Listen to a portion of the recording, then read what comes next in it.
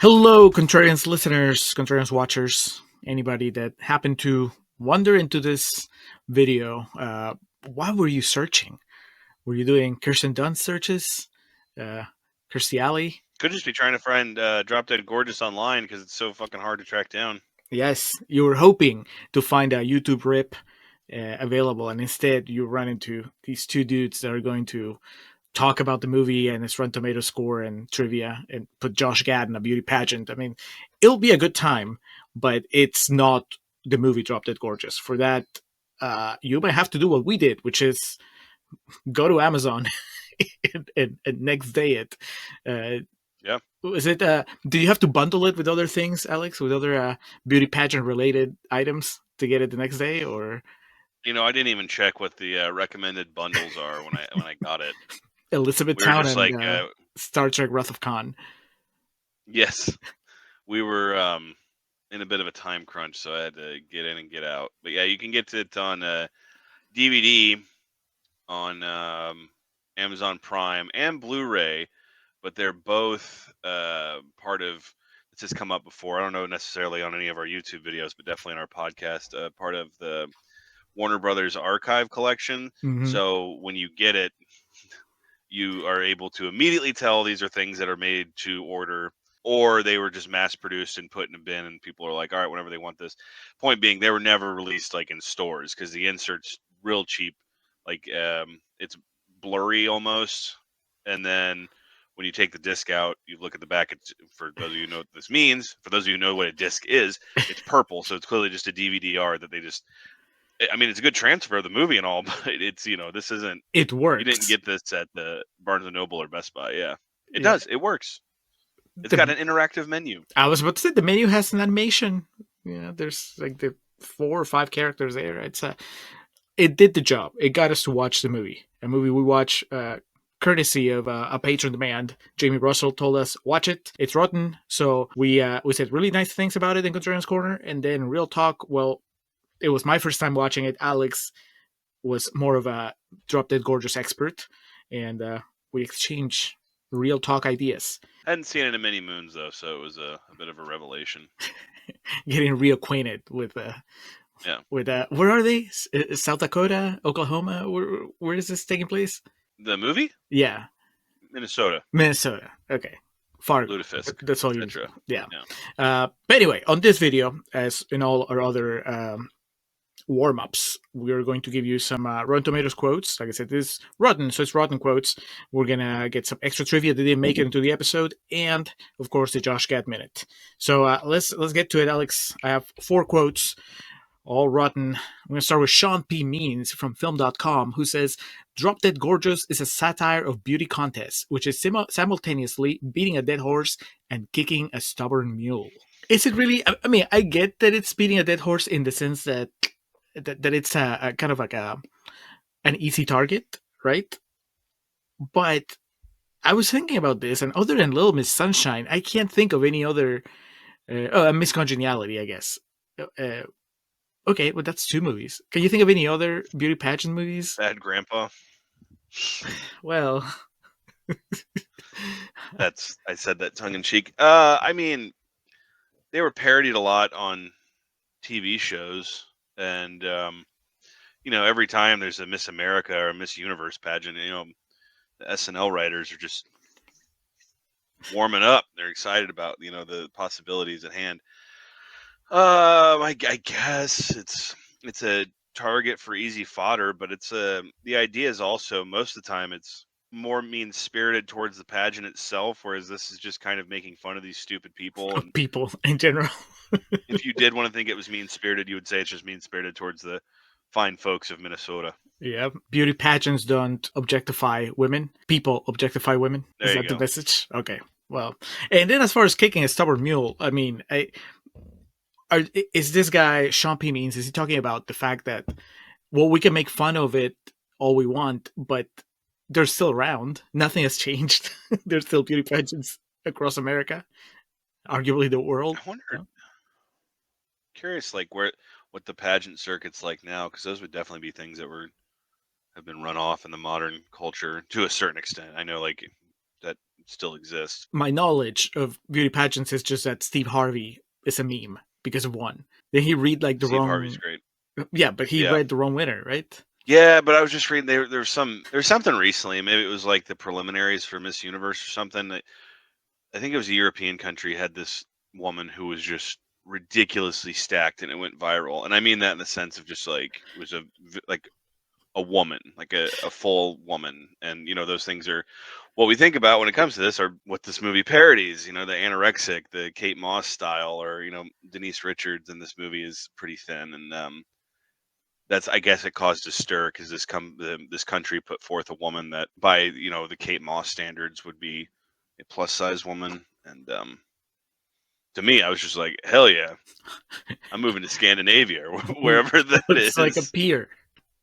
Yeah, exactly. So I guess my question back to you is, the stubborn mule that we were kicking in 1999, is that still a stubborn mule now? Do you think this movie would, to me, the material of this wouldn't have be as universal today as it was then, or to someone like you or I who kind of lived through the obsessive beauty pageant culture?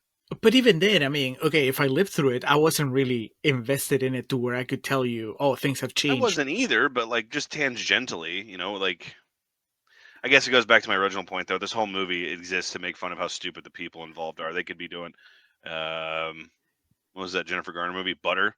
They could be doing like a butter carving contest, and it's just presented the same way. But I think it's definitely something that. Well, maybe I was more aware of beauty pageants when I was growing up because there was a lot less stuff to watch. It's like, well, it was an event because it was on one of the 5 channels.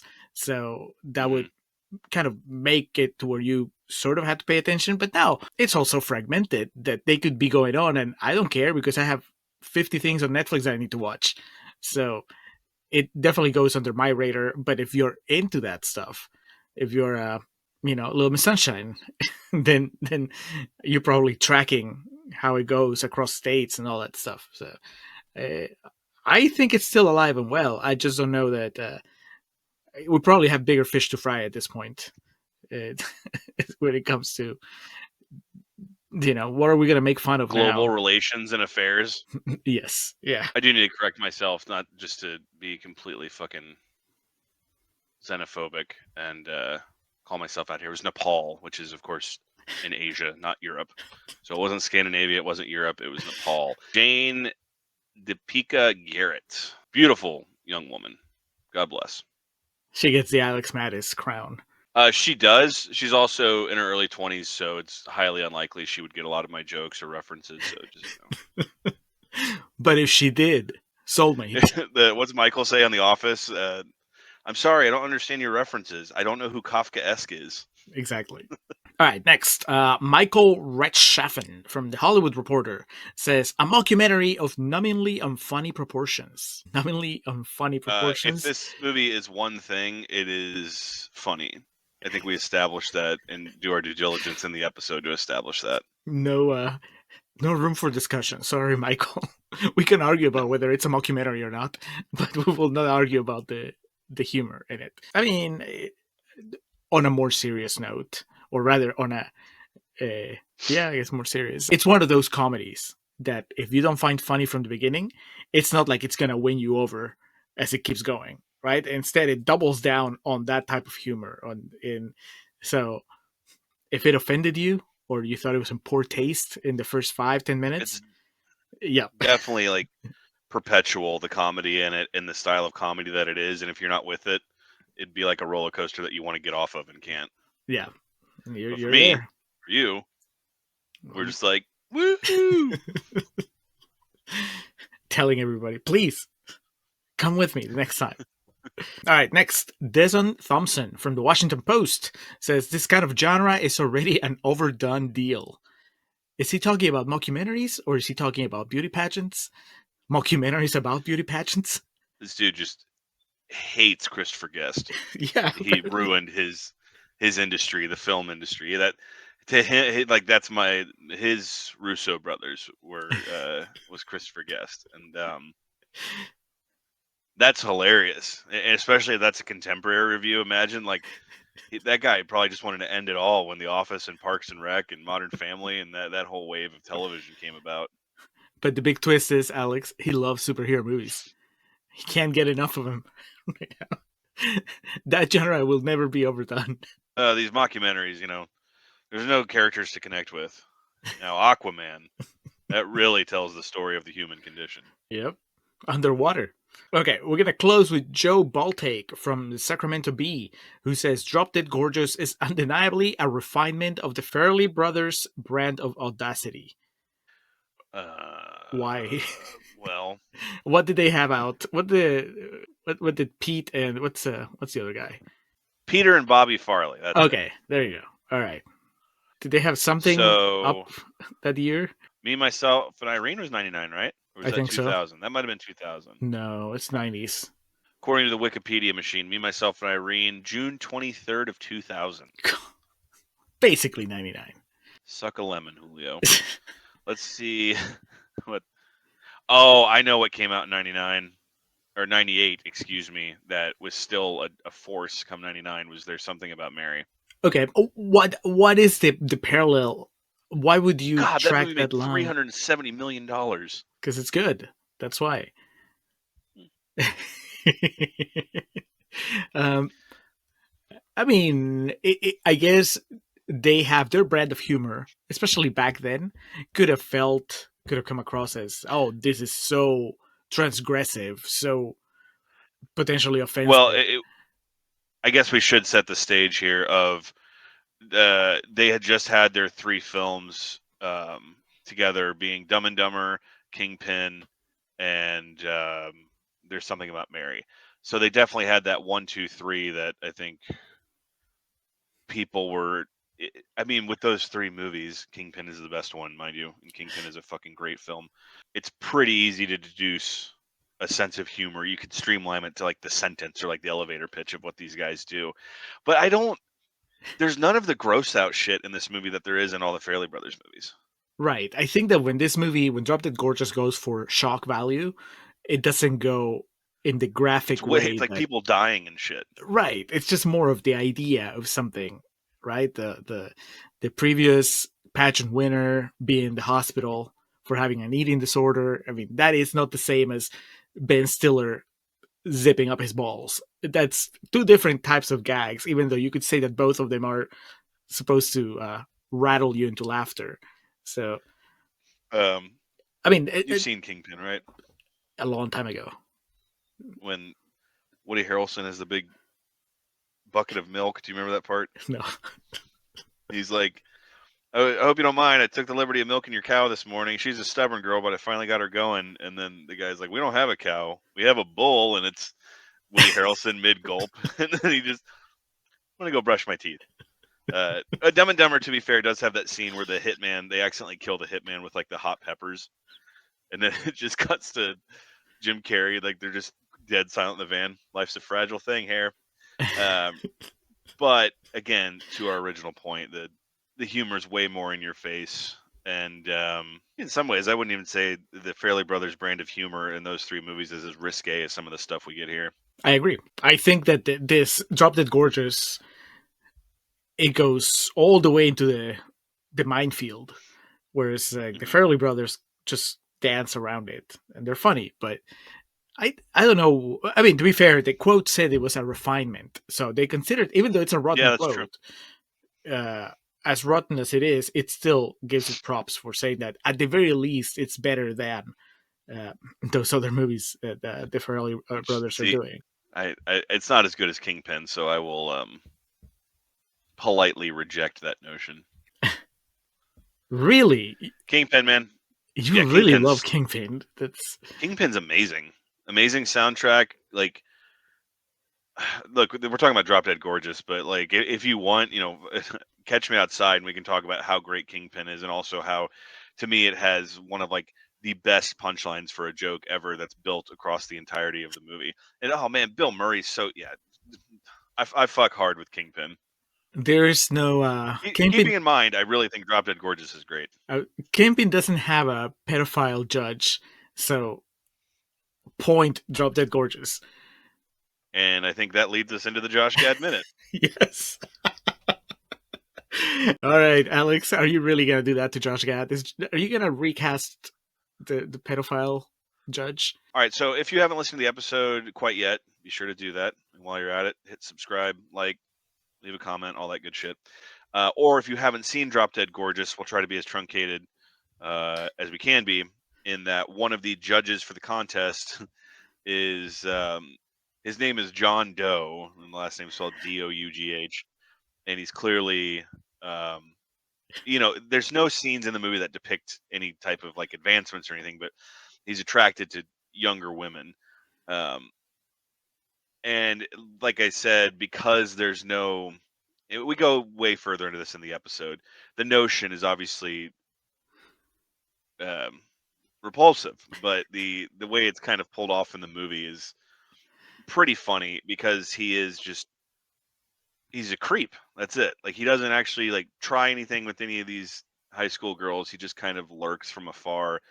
And his I think the funniest part for Julio and I in this movie is like the excuses he makes for why he's in these certain situations that he finds himself in, and his delivery of such. This being played by Matt Malloy, who is definitely that guy. He's been in a lot of movies, and you would recognize him if you saw him. And my question then becomes, Julio, could you not see Josh Gad with like a pencil mustache pulling this off? I totally could. You could just he can have that look that he had on the, I think it's Murder in the Orient Express that he was in recently. Yes. Or, Was that the little standee of him you had? Yes. Yeah. Still yes. do. Every now and then I take him out for a walk. Yeah. He does. Yeah, that's it. He's got like, it's a shade above, but it's close to a Vincent Price mustache. Yes. It's a bit too thick. You got to have it real fine for the VP. I think that Josh Gad would make the character even more ridiculous, which is not a bad thing. I mean, that is, talk about, we were just saying, right? Like, this movie, if you find it offensive early on, it's not going to get better for you, right? And so the pedophile subplot, it's like, you either find it funny or you don't. There's no middle ground. And so if you don't find that joke funny, the idea that this guy that's clearly attracted to young girls is judging a pageant, like, if you don't find that funny in the way that the movie presents it, it's just going to, you probably will walk out, you will stop watching the movie, because it's just there for the duration, right? Casting Josh Gad as that character might help you. It might help it go down a little easier. Olaf, no. Well, he's just so ridiculous. The problem, so to speak, with Matt Malloy is that he is almost too believable, right? Like, he's so nondescript in the way that he plays the character that you're like, he totally is a pedophile, and he's getting off on this. So with Josh Gad, you would always be like, okay, it is a joke. Josh Gad is innocent. So I guess, I mean, as much it disturbs me, I think that would be a good place for the Gad. Well, if that doesn't work out, he'll still be a judge for the pageant, but he's going to take the part that Mike McShane has and become Harold Vilms, who runs the local hardware store, and his brother is Will Sasso. So we would have Sasso and Gad team up. So we'd have Josh Gad with a nasty 5 o'clock shadow, and the hair askew, wearing overalls over a plaid or a flannel, and running around town with Will Sasso, getting into all kind of mischief. And so I think either way, this isn't a movie. This is a movie that features predominantly women, and it works best that way. But if we got to get Gad in there, have him as one of the judges. He gets a few scenes, few laughs, in and out, bingo bango. I like it. Now, if you want to be like out of the box, he can play. Is it Pete? Brittany Murphy's brother. Oh yeah, Peter. Yeah. Which you only see in picture form. So right. Yeah, that could be funny. Just the Gad and drag. Hey, is that Josh Gad? And then the big revelation at the end. Yay! All right. Take your pick. Take your pick, audience, and Mr. Gad, if you're listening, as I know you are. We're laying it out there for you. Just let us know which one strike your fancy. All right, so that's a Josh Gad Minute. Alex, give me some trivia. The original title was Dairy Queens, but it had to be changed after the corporation that owns the Dairy Queen ice cream chain filed a lawsuit. How insecure. You could have doubled up with it and had like the Denise Richards Blizzard or some shit like that. Melissa Joan Hart auditioned for the lead role of Amber Atkins. Melissa Joan Hart at this point in time, done this on the show before. Can't Hardly Wait was either 98 or 99, and she's obviously a featured character in that movie, is very good, but this is the Kirsten Dunst show, as we talk about in detail in the episode, so I don't think that would have worked out too well. Unless, comparatively speaking. Right. The only way that you would convince me that it would be an improvement is if it turns out that Sabrina is a great tap dancer and that you could just do it all in one take. That that final performance, then maybe we'll consider it. Similarly, in what could have been, Julio, and this will appeal to you more than to me for the Buffy relationship, Sarah Michelle Gellar auditioned for the part of Becky, the role that Denise Richards ended up getting. Man, I am very complimentary of Denise Richards' performance, but I think Sarah Michelle Gellar would have killed it in that role. What could have been. The original ending had Kirstie Alley commit suicide in prison, and the sniper be the town librarian, former Mount Rose America teen princess Iona Hildebrandt. The librarian that we get the few scenes of, like, she'll explain what's going on. She explains what Lutefisk is. Yep. This was changed after negative test screenings, which I would concur with as part of what makes the ending so funny, is that Kirstie Alley is the one that goes nuts and inadvertently gets Amber Atkins the life she always wanted. That is, as dark as this movie gets, the idea that there's an ending where Kirstie Alley kills herself in prison. Like, do we see it, or do they just tell us that it happened? Because if we see it, that's brutal. The opening of Goonies that everyone always forgets about. Can't remember which one it is. Is it Joey Pantoliano that hangs himself at the beginning of Goonies? No, what? I think Pantoliano's one of the brothers, right? He's there for the whole thing. No. That's what I mean. The beginning scene that a lot of people forget, because when you're kids, you just think of like Chunk and Sloth and whatnot. The beginning of Goonies, one of the brothers is in jail and fakes hanging themselves to get out. Okay. I can't remember if it's Robert Davi or if it's Joey Pantoliano, but that happens. And like, I remember watching that the first time. I was like in my late 20s. I was like, Jesus Christ, because it like shows him with the bed sheet, like, hung up. Really rough. So we're very complimentary about Kirstie Alley in the episode, but I did forget that she was in that wacky little club known as Scientologists. And according to director Michael Patrick Jan, Kirstie Alley refused to try on her costumes the wardrobe department had picked for Gladys and had them sent to the Scientology Celebrity Center in Hollywood, and she would try them on there. I don't know why. Man, we're following this up, or rather, this is our follow-up to a movie that is anchored by maybe the most famous Scientologist in the world. Oh, yeah. We did a whole episode about Jerry Maguire. Scientology didn't come up once because there was so much to talk about. Okay, so just taking any feelings or perceptions of Scientology out of the equation, you could replace that word with anything, like, Christianity, Christian, Jewish, like, yeah, and have your pick. And that would still be kind of like, why? To me, what that sounds like is you think you're better than everybody, and that you don't have to do the same thing that everyone else is doing in this movie that you're a part of. And for me, she was definitely like the veteran on set, and I think that could send, and again, to reiterate, whatever the case, that would send a weird message, I would think, to the cast. That's, famously but it's also, in pro wrestling. So do all Scientologist actors do that? Or was she... That's the first I've ever heard about it when I was reading up on this stuff. Like, what the fuck? Like, yeah, Tom Cruise doesn't have them set up a $500 million set in the Scientology Celebrity Center in Hollywood so he can rehearse, jumping off a cliff or some shit. Or maybe he does. Or maybe he does. Maybe the Scientology Celebrity Center of Hollywood has like a walk of fame or like a wing that has like props and costumes that were sent there, and one of them is the wig from Mission Impossible 2 that Tom Cruise has, the flowing locks. The original recording where he hangs from. Yes, the original recording of "Take a Look Around" by Limp Bizkit for that soundtrack. I was gonna say, like, famously in pro wrestling, in its modern iteration, it's always sent a bad message when, like, one of the veterans or the guy who's the champion at the time insists on having his own locker room and doesn't change and get ready with the rest of the locker room.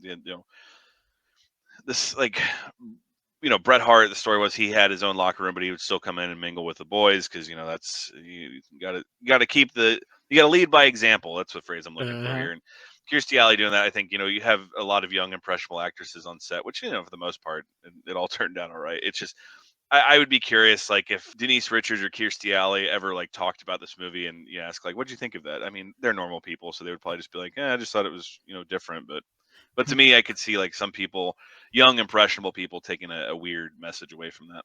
But we don't have to worry about Denise Richards being young. She was 30 playing a 17-year-old in this movie. So I was going to say the actress that plays Frau. Going to the Danielle Harris School of Acting.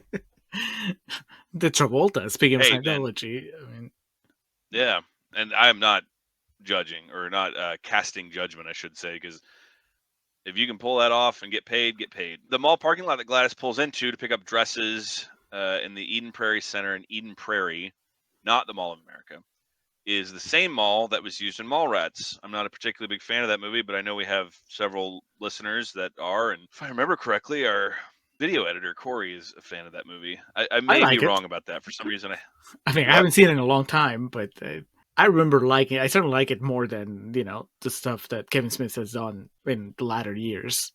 I think that's the movie where Jason Lee doesn't turn off his Sega Genesis or something because he's in the middle of a game. He leaves it on all day. He's playing some hockey game.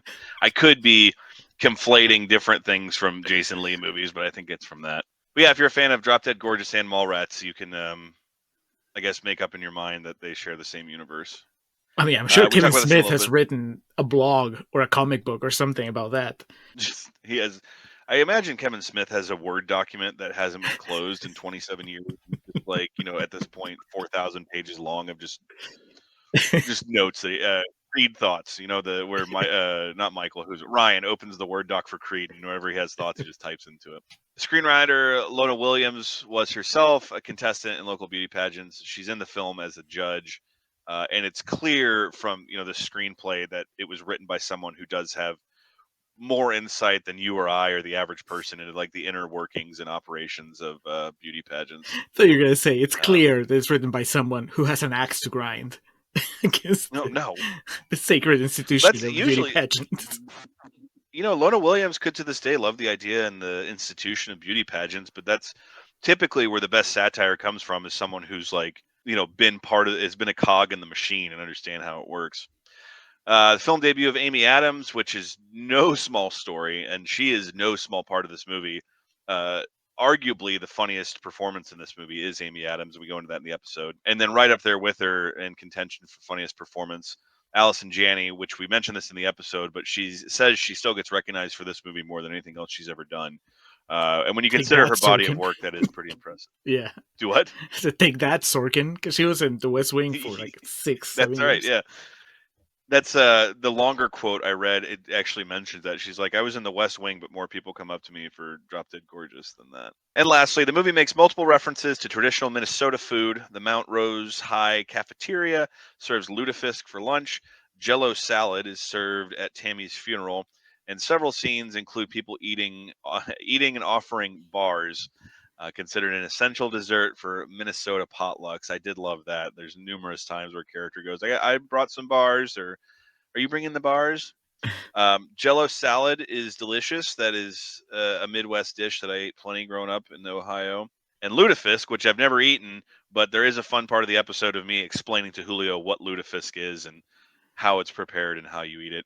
Sounds delicious. I don't think it's going to be in my near future, but I actually was wanting to make some Watergate salad, which is like an offshoot of Jello salad for New Year's coming up. So I will be thinking of Drop Dead Gorgeous when I do so.